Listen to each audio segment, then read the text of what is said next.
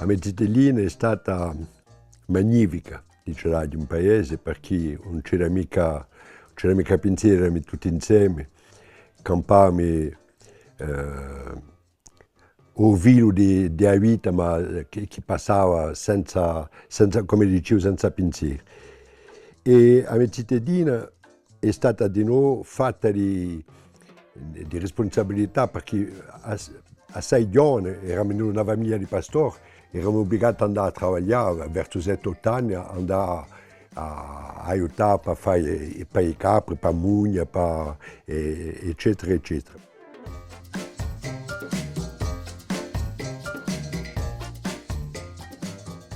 Ciò che regretto, la cosa che ho conosciuto prima, sarebbe diciamo, tanto a livello di personale che ci ha imparato la nostra memoria, ciò che abbiamo campato quotidiano.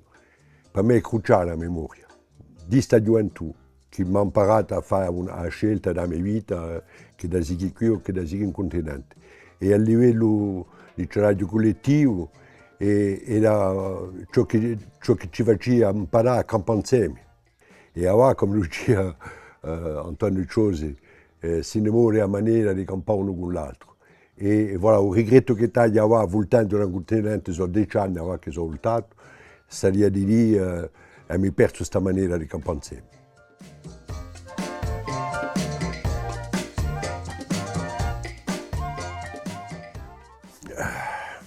Allora, questa è una questione che mi, veramente che mi faccia pensare. E ho rimasto paura che a Corsica, che non mi conosciuta, non servisse più tanto ai nostri giovani. E ciò che vorrei sperare è che mi sbagliassi.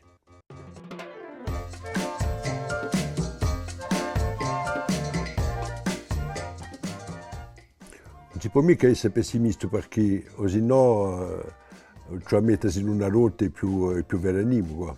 Cioè a pensare che se non ci rimettiamo un po' a pensare, a lavorare, a fare come ci hanno imparato i nostri antichi, penso che non potremmo fare qualcosa, ma senza pensare a un interesse personale, voilà.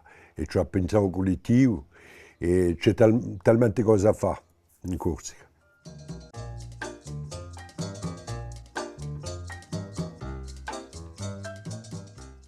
Arrête, ci ho bougiare, ci ho fatto qualcosa, non ci ho mica lasciato andare. Ho avuto un'esperienza qualche poco nell'isola di Pasqua, in una piccola isola c'è 3500 persone che campano qua e si battono tutti i giorni giustamente per mettere in piazza una memoria, per mettere in piazza per tenere la cultura, per tenere la lingua, per tenere, voilà. E ciò abbattasi perché si vedono i giovani che cantano, che approvano a parlare, che approvano di fare qualcosa e qui si ci incoraggiscono. E il solo messaggio che posso passare è state mica posate. Voilà. E dice radio, cioè campare i suoi sogni e mica sognare la sua vita.